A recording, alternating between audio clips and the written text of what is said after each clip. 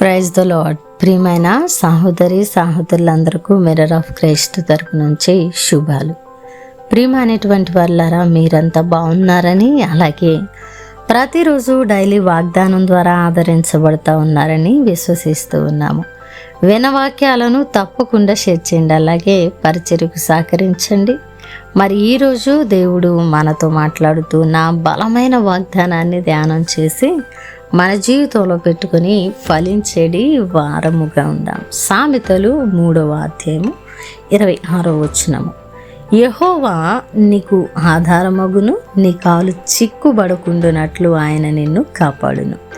దేవుని నామానికి మహిమ ఘనత ప్రభావములు చెల్లిస్తూ ఉన్నాను. ప్రియ సహోదరుడా, ఈరోజు ఆయన మనకు ఆధారమైన దేవుడు. మనం కూడా ప్రతినిత్యము ఆయన సన్నిధిలో ప్రార్థిస్తూ, ప్రభువా నీవు నాకు ఆధారమయ్యా అని అంటూ ఉన్నాం కదా. అయితే ఈరోజు నీ పరిస్థితులను ఎరిగిన దేవుడు మాట్లాడుతున్న బలమైన మాట ఏమిటి అంటే, ప్రియమైనటువంటి బిడ్డ, మరి నేను నీకు ఆధారం అవ్వడమే కాదు, నీ కాలు చిక్కుబడకుండా ఉండునట్లు నిన్ను కాపాడుతానని మన దేవుడు మనకు భరోసా ఇచ్చి వాగ్దానము చేస్తూ ఉన్నారు. కాబట్టి ప్రియమైనటువంటి వాళ్ళారా, మన పరిస్థితులు ఎలాగున ఉన్నా, మన స్థితిగతులు మన జీవితాలను ఎలాగున ప్రభావితం చేస్తూ ఉన్నా కూడా మనము మన దేవుడైన యెహోవాను ఆధారము చేసుకొని ఆయన మీద ఆధారపడి ఆనుకొని మునుముందుకు వెళ్తూ ఉన్నట్లయితే ఆయన మనకు ఆధారమైన దేవుడిగా మనల్ని నడిపిస్తూ,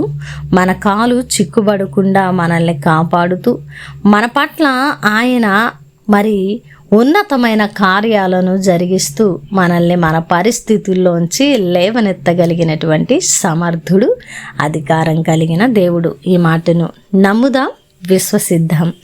ఆయనే మన ఆధారము, ఆయనే మన కొండ, మన కోట, మన ఆశ్రయదుర్గము. ఆయన నమ్మదగిన మంచి సహాయకుడండి. ఏ పరిస్థితులు ఎలాగున ఉన్నా ఆయన చాలిన దేవుడిగా ఉన్నారు. కాబట్టి ఆయన మీద ఆధారపడదాం, ఆనుకుందాం, ఆశ పెట్టుకుందాం. ఆయన్ని ఆధారం చేసుకున్న మన కాలు ఎప్పుడూ కూడా చిక్కుబడదు. ఆయన మనల్ని కంటి పాప వలె కొనకక నిద్రపోక కాపాడుతున్న దేవుడుగా ఉన్నారు. మరి ఆయన చేత కాపాడబడుతూ ఆయనను ఆధారము చేసుకున్న వారముగా భక్తి చేస్తూ ఫలించే వారముగా ఉందాం. అద్భుతమైన వాగ్దానం ద్వారా ఆదరించబడ్డారని వినవాక్యము ఫలింపు కొరకు ప్రార్థన.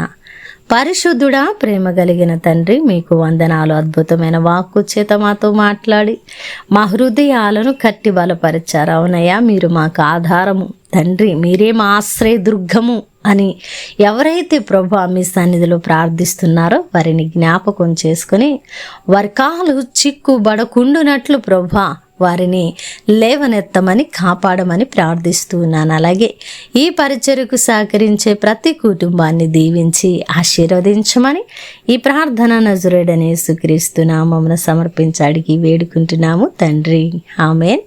ప్రియమైన దేవుని బిడ్డలారా, వినవాక్యాన్ని తప్పకుండా షేర్ చేయండి. అలాగే పరిచర్య బహుభారం కలిగి ఉన్నదండి, సహకరించండి. ఇక్కడ మీరు విత్తితే ఫలిస్తారని చెప్పడానికి సంతోషిస్తూ ఉన్నాను. దేవుని చిత్తమైతే మరలా కలుసుకుందాం. దేవుడు మిమ్మల్ని దీవించును గాక. ఆమేన్.